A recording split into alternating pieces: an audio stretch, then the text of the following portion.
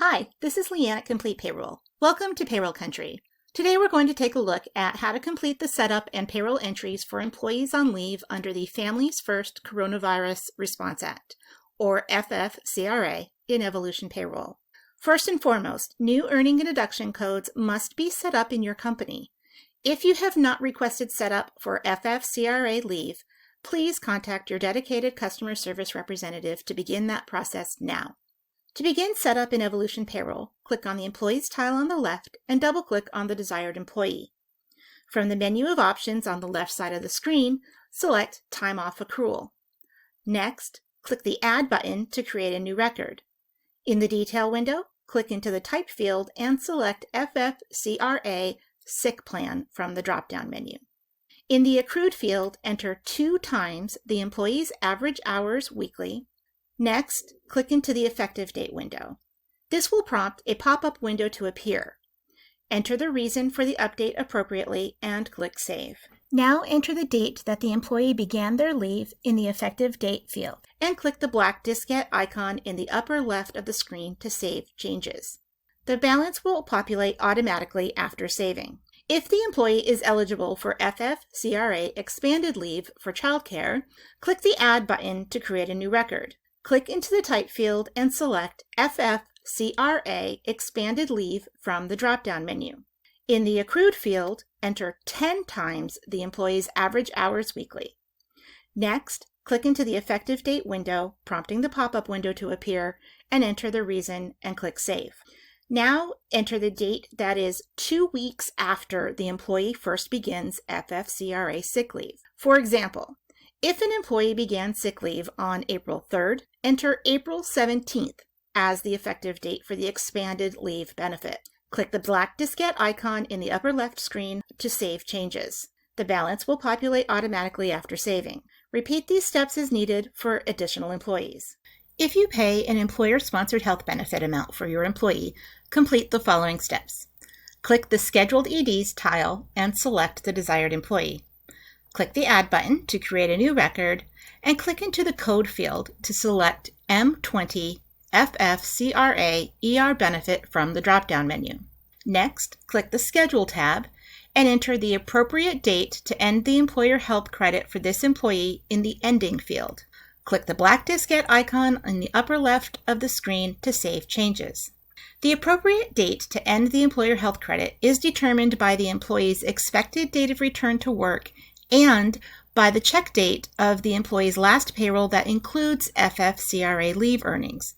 In addition, if the employee returns to work prior to this date, you must change the end date to reflect the employee's actual date of return. For example, the employee returns to work on Friday, April 24th. Your pay period is Sunday to Saturday with a check date of the following Friday. In this scenario, enter an effective end date after Friday, May 1st and before the following check date to ensure the FFCRA employer benefit accounts for the employee's actual date of return. Please reach out to your customer service rep with any questions about the appropriate effective end date.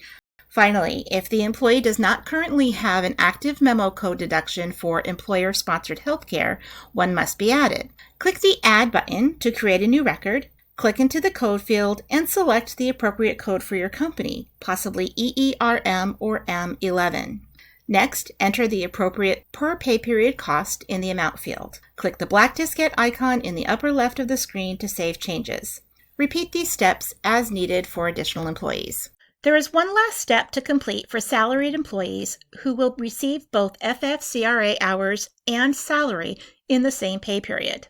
Click the Pay tile and select the desired employee. In the Average Hours field, enter the number of hours this employee works per pay period. Click Yes when prompted. Rate will change to. Click the black diskette in the upper left of the screen to save changes. As you can see, this creates an hourly rate for your salaried employee. The average hours and hourly rate amount must be removed from the employee record as soon as they are no longer being paid FFCRA hours and salary in the same pay period to avoid accidentally overpaying someone if hours are entered under non-FFCRA codes. Next, click the Notes tile and click into the Payroll Notes window to create a reminder to remove the average hours and rate from this employee record when the intermittent FFCRA leave is over. Click the black diskette icon in the upper left of the screen to save changes. This payroll note will create a note icon to the left of the employee's name in the Summary View Payroll entry grid. To view the note, click the icon next to the employee's name, and you will be reminded to remove the average hours and rate amount entries when they are no longer needed. Once the change is complete, you may remove the note by deleting the text and clicking the black diskette to save changes. Now that the necessary employee setup is complete, we will take a look at how to enter the appropriate leave hours and earnings in payroll. Click the payroll tile, and after creating your payroll and batch, add the following codes to your quick entry grid: ES1, emergency sick self, ES2, emergency sick other, and EF1, emergency FMLA. To add a column for any new code, click the 3 stacked lines in the bottom right corner of the grid.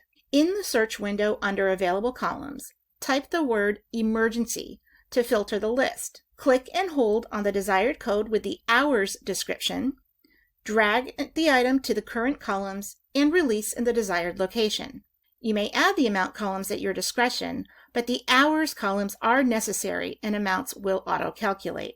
Once your columns are set with these codes, enter the full number of hours the employee normally averages for a pay period in the appropriate ED codes. To enter hours manually on your summary grid, use ES1, emergency sick self full, if an employee is unable to work or unable to telework due to a need for leave because the employee is subject to a federal, state, or local quarantine or isolation order related to COVID-19, has been advised by a healthcare provider to self-quarantine related to COVID-19, or is experiencing COVID-19 symptoms and is seeking a medical diagnosis.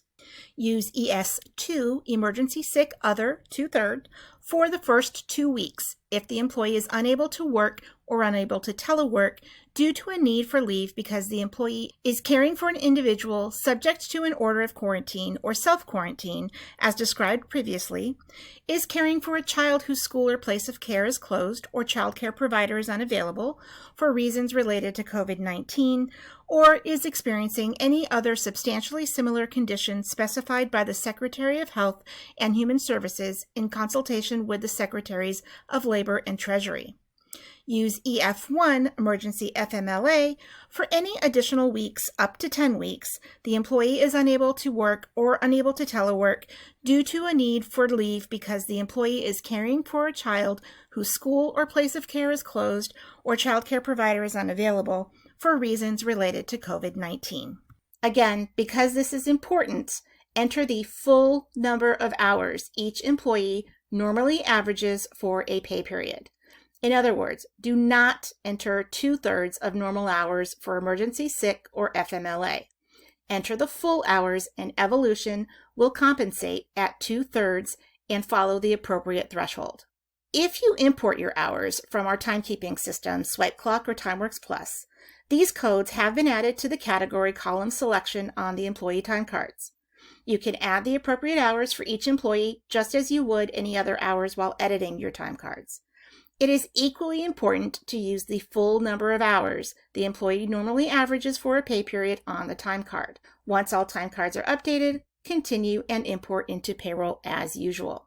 If you are entering benefits for an employee who is receiving non-FFCRA earnings, either salary or hourly, and FFCRA earnings in the same pay period, you must create a second check for their regular salary or hourly earnings and edit that check to remove scheduled deductions that should not be duplicated. This is required because upon pre-processing, any salary amount on the same check with FFCRA hours will be zeroed out to prevent the employee from accidentally being paid for both.